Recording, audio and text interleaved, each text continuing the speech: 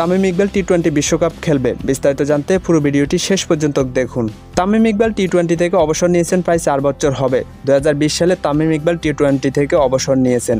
অবসর নেওয়ার পর থেকে তার দর্শক মহলে শুধুমাত্র ভাবছে তামিম ইকবাল কি আর কখনো টি-20 ইন্টারন্যাশনাল ক্রিকেটে ফিরবেন না। এই কথা দর্শক একেবারে ভুলে গিয়েছে। তবে এবারে বিপিএল দিয়ে তামিম ইকবাল আবার নিজের জাত চিনালেন, হলেন বিপিএলের সেরা রান সংগ্রাহক এবং বিপিএলের সেরা খেলোয়াড়। তারপর থেকে আবার দর্শক মহলে প্রশ্ন খুঁজছে তামিম ইকবাল কি আবার টি-20 ইন্টারন্যাশনাল ক্রিকেটে ফিরবেন, এমনটা এখনও জানা যায়নি। তবে এবারের ঢাকা প্রিমিয়ার লিগে তামিম ইকবালের আবার ব্যাটিংয়ের মারকুট। একটানা 5টা হাফ সেঞ্চুরি করেন তামিম ইকবাল এবারের ঢাকা প্রিমিয়ার লিগে। কিছুদিন আগ থেকে গুঞ্জন চলতেছে তামিম ইকবালকে টি-20 বিশ্বকাপের জন্য জাতীয় দলের অধিনায়ক শান্ত চাচ্ছে।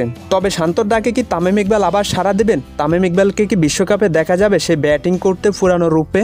তামিম ইকবাল থেকে এমনটাই প্রত্যাশা করছে বাংলাদেশের ক্রিকেট প্রেমীরা। তামিম ইকবাল আবার টি-20তে ফিরুক, এটাই চাচ্ছে বাংলাদেশের দর্শকেরা।